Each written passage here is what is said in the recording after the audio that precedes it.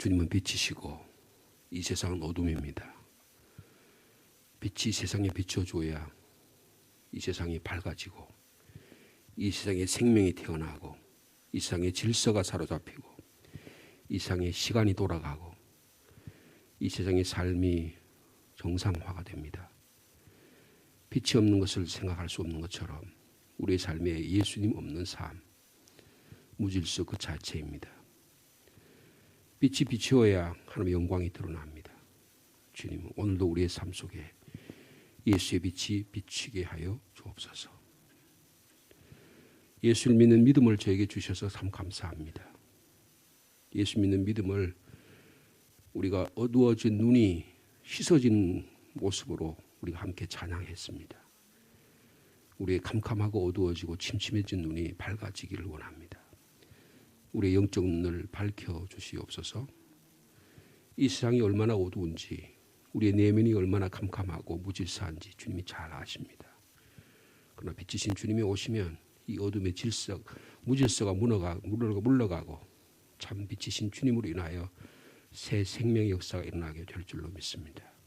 이 귀한 진리를 저에게 깨닫게 하시고 이 복음의 진리로 살아가게 하시고 우리 교회가, 우리 가정이, 우리 삶이 이런 아름다운 향기로운 하나님의 거룩함이 드러나는 신실한 종들이 되도록 주께서 축복하여 주옵소서. 지난 한 주간 함께 하신 주님, 오늘도 주님 주말에 주의 말씀을 듣습니다. 깨닫게 하여 주옵소서. 예수님의 이름으로 기도하옵나이다. 아멘. 오늘 시편 80편의 말씀 함께 나누도록 하겠습니다. 시편 80편.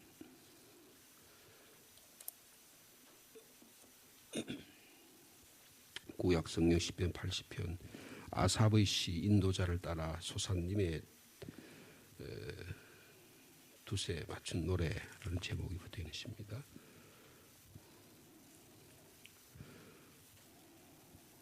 시편 80편 1절 말씀 제가 먼저 가드리겠습니다. 요셉을 양떼같이 인도하신 이스라엘의 목자여 귀를 기울이소서. 그룹 사이에 좌정하신 이여 빛을 비추소서. 에브라임과 베냐민과 므낫세 앞에서 주의 능력을 나타내사 우리를 구원하러 오소서. 하나님이여 우리를 돌이키시고 주의 얼굴빛을 비추사 우리의 구원을 얻게 하소서. 만군의 하나님 여호와여 주의 백성의 기도에 대하여 어느 때까지 노하시리까.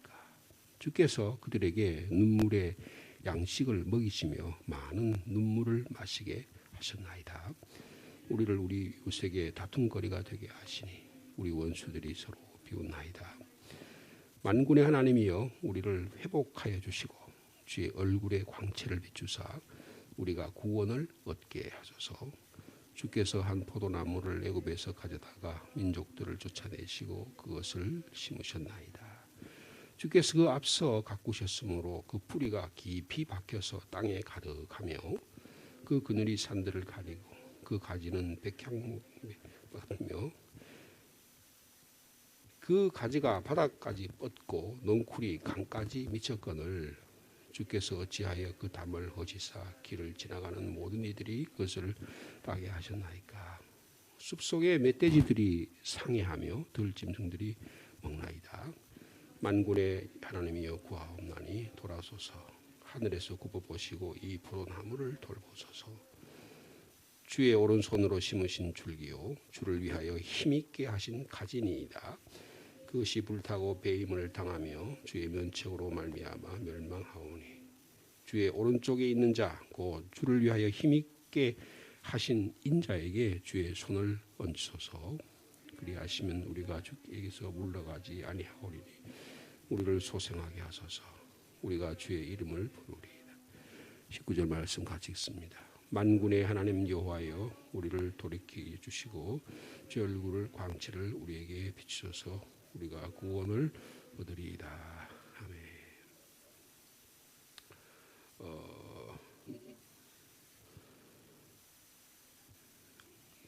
오늘 본문의 말씀 보면 3절 그리고 7절 19절 말씀이 마치 찬송가의 후렴처럼 같은 내용으로 반복되고 있음을 볼 수 있습니다. 강조하는 뜻이 되겠죠. 3절 말씀을 보시면 하나님이여 우리를 돌이키시고 주의 얼굴빛을 비추사 우리가 구원을 얻게 하소서. 하나님이 주님 얼굴을 빛을 비춰달라. 우리가 어둠이다. 그런 뜻이 되겠죠. 그래서 그래야 우리가 구원 얻을 수 있습니다. 라는 신앙 고백이 여기에 기록되어 있습니다. 7절 말씀도 만군의 하나님이여 기도하는 내용입니다. 우리를 회복하여 주시고, 우리를 앞에서는 돌이키시고 말하는 여기서 회복하여 주시고, 그 다음에 똑같은 내용이죠. 주의 얼굴의 광채를 비추사 우리가 구원을 얻게 하소서. 이분의 지금 아삽이라고 하는 분의 영적 상황을 묘사하고 있습니다. 어둠 가운데 있어서 주님의 빛이 비춰져야, 주님이 우리를 회복시켜 주셔야 우리가 구원 얻을 수 있다. 그런 말씀을 기도하고 있습니다. 18절에도 보면 만군의 하나님 여호와여 우리를 3절처럼 돌이켜 주시고 그리고 주의 얼굴의 광채를 우리에게 비춰 주십시오. 그래야 우리가 구원을 얻게 될 것입니다. 라고 하는 말씀입니다.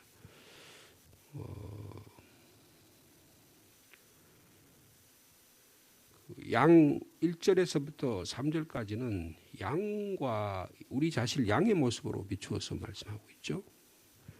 양인 이스라엘은 하나님의 임재를 간구하고 하나님이 계시지 않는 것 앞에서 하나님이 계시지 않는다고 한다면 마치 어둠 속에 갇혀 있는 자가 될 수밖에 없다. 그러므로 목자이신 주님의 얼굴빛이 비추어 주셔야 그래야 비로소 기쁨과 또 바른 길을 양으로서 바른 길을 갈 수 있다. 그런 말씀을 하고 있습니다. 4절에서 7절 말씀을 보면 이스라엘 백성이 고통 가운데 있다는 것을 볼 수 있습니다. 하나님이여 백성의 기도에 대해 어느 때까지 노하시겠습니까? 기도의 응답이 일어나지 않는 것입니다. 그래서 날마다 눈물로 밤을 새우면서 눈물로 지새우면서 눈물의 양식을 먹이시며 많은 눈물을 마시게 하셨다. 얼마나 많은 눈물을 흘렸으면 눈물의 양식을 먹고 눈물을 마시게 하셨나 그럴 정도로 고통 가운데 있음을 말씀하고 있습니다. 눈물의 골짜기를 지나고 있는 것 같아요. 그리고 그다음에 보면 우리 이웃들에게 다툼거리가 되게 하셨다라고 말씀하고 있습니다. 인간관계에 계속적인 갈등이 일어났다는 것입니다. 우리 개인적인 어떤 육체적인 혹은 정신적인 영적인 어떤 아니면 우리의 죄악 주님께로 돌아가야 되는데 돌아가지 못하는 어떤 이런 것 때문에 계속 마치 다윗이 우리아의 아내 바세바를 범하고 나서 그 범죄 가운데서 깊이 그것을 숨기려고 끊임없이 간음의 범죄를 저질렀을 뿐 아니라 살인의 이웃의 물건을 그리고 이웃의 것을 빼앗아가는 그런 십계명의 범죄들을 저지르고 나서 자기가 이것이 나단이 나타나서 하나님의 빛을 비춰주셨을 때 그의 삶이 얼마나 철저하게 타락해 있는가 하는 것을 보면서 자기가 갖고 있는 왕권, 자기의 체면, 자기의 모든 것들을 다 이렇게 내려놓는 모습을 사무엘 그 다음에 또 시편 51편이나 이런 곳에 나타나고 있지 않습니까? 그래서 인간관계가 갈등이 일어나는 거예요. 눈물의 골짜기를 지나고 그래서 다윗은 자기 벽이 다 밤새도록 젖을 정도로 그렇게 하나님께 회개하는 모습을 볼 수가 있는 것처럼 여기도 뭐 인간 관계에도 계속적인 다툼과 갈등이 생기는 것을 볼 수가 있습니다. 그래서 이 문제를 해결해 달라고 기도하고 있습니다.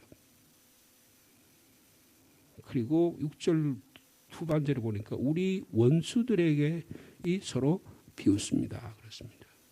하나는 모르는 이방인 원수들이 우리 그리스도인을 비난하는, 조롱하는 이런 영적 상황에서 그런 상황에 처해져서 주님의 구원의 빛이 비추어져야만 내가 해방될 수 있겠다라고 하는 간절함이 여기에 엎드려져 있는 것입니다. 8절에서 19절 사이에 보면 이스라엘 자신의 하나님과의 구원의 여러 과정들, 자신을 포도나무에 비유하죠. 포도나무에 비유해서 자기의 과거 역사, 자신이 젖과 꿀이 흐르는 땅에 이제 하나님께서 포도나무의 주인이 되신 하나님께서 나 같은 포도를 가지를 덩치를 애굽 땅에서 데리고 와서 가나안 땅에 심어 주셨다라고 하는 것이죠. 세상의 육체적인, 세상의 타락한, 세상의 멋대로 살든, 세상의 내 중심대로 살든 포도나무도 보다도 못한 그냥 저 산에 산떨기 같은 그런 가시떨기 같은 그런 우리를 접붙여 가지고 예수 그리스도의 생명나무에 붙여 주셨는데 근데 그래서 그 내용을 설명하잖아요. 그래서 애굽에서 가져다가 가나안에 있는 7 족속 우리가 여호수아 말씀을 우리가 지금 묵상하고 있는 것처럼 민족들을 쫓아내시고 그것을 가나안 땅 젖과 꿀 흐르는 땅에 나를 심어 주셨다. 예수 그리스도로 접붙여 주셨다. 그리고 주께서 그 앞에서 가꾸어 주시고 말씀으로 기도로 교회를 통해서 주의 종들을 통해서 수많은 여러 가지 방법을 통해서 이렇게 가꾸어 주셨다. 그래서 뿌리가 점점 깊이 박혀서 땅에 가득하고 그래서 가지가 무성해져 가지고 요셉처럼 가지가 무성해져서 그 뻗어나가는 모습이 이런 포도나무나 이것이 뻗어나가는 모습이 막 덩쿨 음식 그 식물들을 막 뻗어나가잖아요. 계속 뻗쳐나가는 그 모습이 얼마나 아름답겠습니까? 이스라엘 민족이 아브라함이라고 하는 한 개인으로부터 출발해서 요셉에게 갈 때 70여 명밖에 되지 않은 그의 민족이 애굽으로에서부터 다시 있던 200만 명이 되고 지금은 더 큰 민족으로 하나님께서 축복해 주셔서 다윗 시대에 솔로몬 시대에 가서는 전 중동권을 아우르는 그리고 거기에 영향력을 끼치는 그런 나라로 만들. 그런데 그 과정 그런 과정들을 쭉 설명하는 거 아니겠습니까?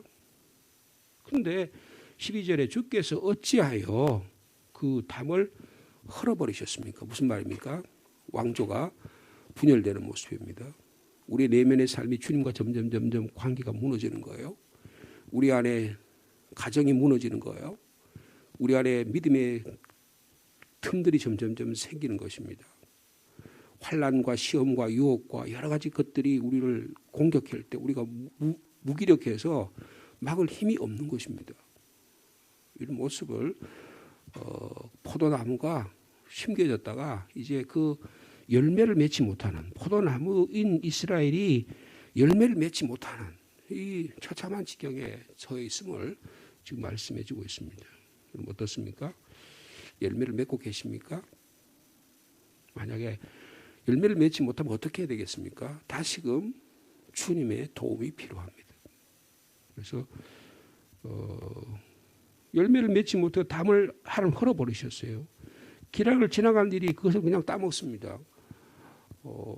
귀하게 포도를 하나님 주님의 포도원 주인이 되신 주님께서 그 포도 열매를 따셔가지고 정성껏 포도주를 만드셔서 하나님을 예배하는 자로 하나님을 거룩하게 하는 자로 귀하게 사용되기를 원하는데 지나가는 사람들이 그 동네 지나가다가 먹다가 이거 맛이 없네 하고 버려버리는 것 정도로 왜 이렇게 신나 하면서 그냥 듣기 싫은 소리를 들어야 되는 그런 상황까지 간 것 같아요. 그 다음에 13절에 보니까 숲속에 멧돼지들이 상해하며 들짐승들이 먹나이다. 정말 너무너무 창피하게 멧돼지들이 와서 막 짓밟아 버리는 거예요. 하나님께서 심으신 포도원, 그래서 포도 울타리를 만들고 그 다음에 그거다 술틀을 만들고 한 정성껏 준비해서 하나님의 영광을 위해서 만들고 예배자로 쓰기 위해서 그게 귀한 음식에 사용하는 음료수로 만들기 위해서 하나님께서 그렇게 왕 같은 제사장으로 거룩한 백성으로 삼으셨는데 이게 열매를 못 맺으니까 온갖 멧돼지 들짐승들이 다 와가지고 상의하는 거예요. 세상 사람들이 교회를 막 공격하는 것입니다. 우리의 삶의 질서가 다 무너져 버리는 거예요. 어둠이 곳곳에 들어와서 막 우리가 막 갈기갈기 찢어져가지고 우리의 삶이 하나님 보시기에, 내 자신 보기에, 사람들 보기에 너무나 엉망이 되어버린 거예요. 엉망이 되어버린 거예요. 그래서 기도합니다. 자, 우리 14절 말씀 같이 있습니다. 시작. 만군의 하나님이여 구하옵나니 돌아오소서. 하늘에서 굽어보시고 이 포도나무를 돌보소서. 그럼 하나님의 영광이 회복되는 우리의 삶이 되기를 축복합니다. 어떻게 해야 돼요? 주님께 간절히 기도해야 하는 것입니다. 기도의 능력이 회복되는 저의 삶이 되기를 원합니다. 세상에 염려 근심이 많고 코로나19라는 재앙이 워낙 크다 보니까 기도하는 능력을 상실해버리고 너무 움츠려 들어가지고 구부러져가지고 어디 숨을 곳이 없나만 생각하는 거예요. 그 약을, 그 무슨 코로나19 바이러스 그 테스트하는 약이 어디 있나, 지금 뭐 전 국민이 지금 자가 자택해가지고 사람들이 국가에서 못 도와주겠다는 거 아니에요? 그죠? 그러니까 내가 내 각자 도생의 길을 어떻게 살 것이냐 이런 생각만 하게 되잖아요. 여러분, 이런 때일수록 주님께 간절히 기도하는 우리 삶이 되기를 원합니다. 우리 코로나19가 발생했을 때 우리가 하나님의 말씀을 통해서 여러 가지로 생각해 보았을 때 이 하나님의 창조의 질서를 우리 인간이 무너뜨린 거예요. 괜히 바깥 저 숲속이나 그리고 동물들 안에 있고 그리고 저 밀림 안에 있던 그런 바이러스들을 인간이 자꾸 모든 국토를 다 해가지고 다 하니까 그네들이 그 안에 못 있는 거예요. 그걸 어떻게 한 거예요? 다 인간 세계로 들어온 거예요. 그래서 인간의 질서가 무너진 것입니다. 기후가 변화가 너무너무 급박하게 된 거예요. 여러분, 그래서 지구의 생태계가 1.5도 앞으로 2000 몇십 년에 이게 올라가면 우리는 한국은 완전히 아열대 지역으로 변합니다. 우리 생태계가 완전히 무너지는 거예요. 지금도 곳곳에 이런 질서에 무너지는 일들이 막 아우성을 치고 있는 거예요. 그런데도 세계는, 열강들은 자기 힘을 위해서 싸우는 거예요. 올림픽을 한다 그러놓고 시진핑이 독재를 위해서 13억의 중국 사람들이 막 그를 추앙하는 것을 만드는 그런 것이 오늘 아직도 그런 세계라고요. 세계가 자기 열강을 위해서 막 수단과 방법을 가리지 않으세요. 그러니까 어떻게 됩니까? 세계 질서가 무너지는 거예요. 정치 질서가 무너지는 것입니다. 여러분, 인간의 삶의 질서가 무너지면 자연의 질서가 무너지는 거예요. 자연의 질서가 무너져서 인간의 질서가 무너지는 게 아니에요. 우리가 죄악이 극에 달하면 삶의 질서가 무너집니다. 여러분, 가인이 동생 아벨의 피를 흘렸을 때 그 피가 땅에 떨어졌을 때 땅이 절규했어요. 이거 무슨 말합니까? 우리 인간의 죄악이 자연의 질서와 하나님의 창조의 질서에 영향력을 끼친다는 거예요. 우리가 하나님께로 돌아오게 되면 이 질서도 회복되는 것입니다. 여러분, 깊이 있게 바라봐야 되는 거예요. 그래서 피조물도 탄식한다 그랬어요. 하나님의 자녀들이 주님께로 돌아와서 온전한 삶의 질서를 회복하게 될 때 창조의 질서도 회복되는 거예요. 정치인들이 자기 정치적인 욕망을 위해서 수단과 방법을 가리지 않고 무슨 원자력 그 이야기는 가만히 한번 들어보세요. 권력을 위한 자기 것을 위한 수단과 방법으로 사용하는 거지 하나님의 창조의 질서를 회복하려는 마음은 전혀 없는 거예요. 누가 정권을 잡아도 똑같은 거예요.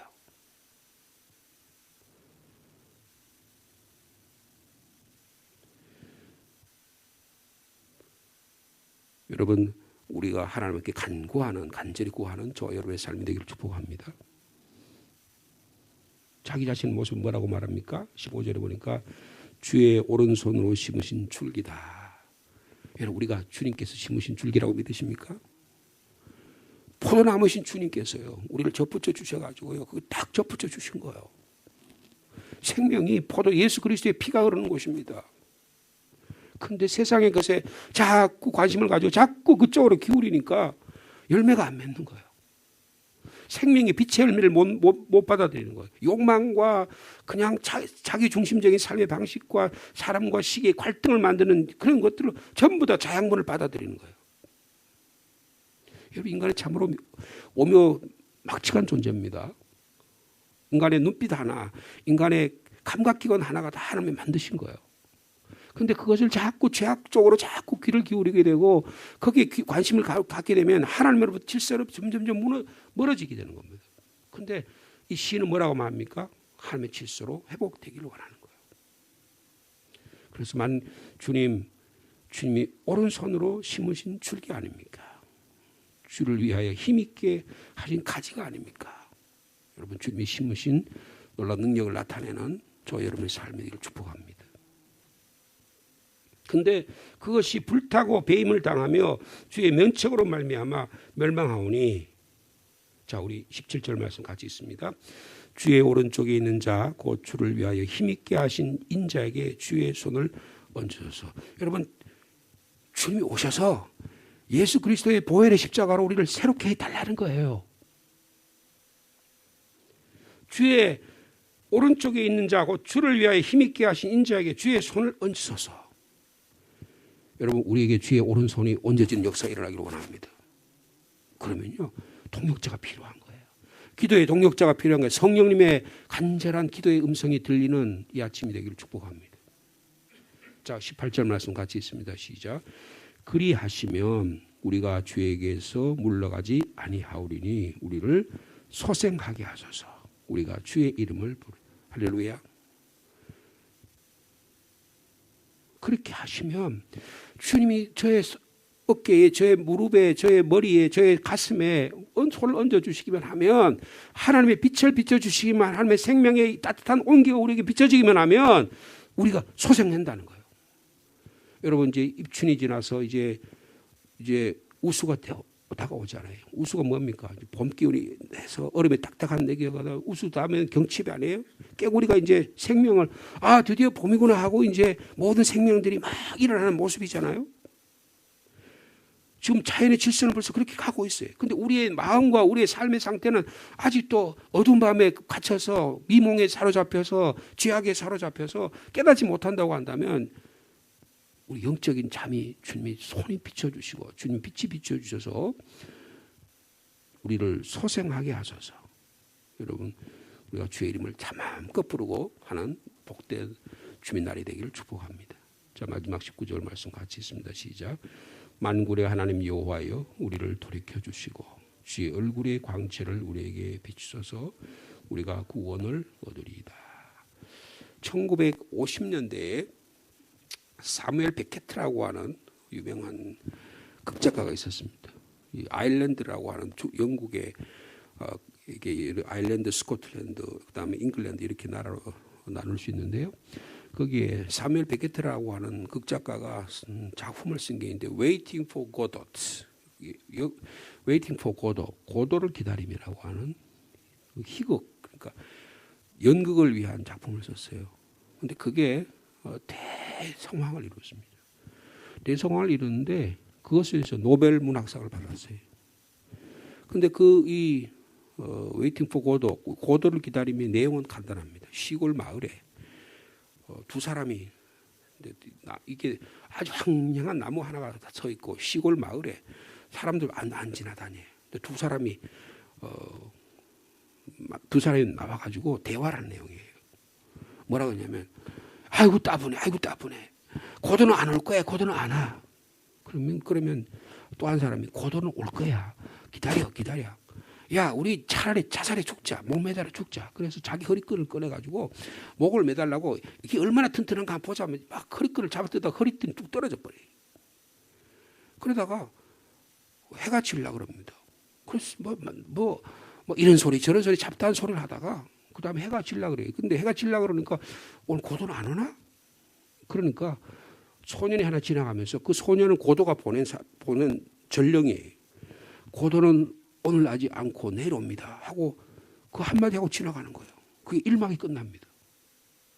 2막이 시작됐어요. 또 아침이 밝았는데 그 앉아가지고 두 사람이 대화를 하는 거예요. 별소리를 다 해요. 하나님은 안 계셔. 하나님이 계시다면 이런 일이 일어날까? 아이고 지루하고 따분해. 아이 지분해. 우리 차라리 죽어버릴까? 그래도 고도는 올 거야.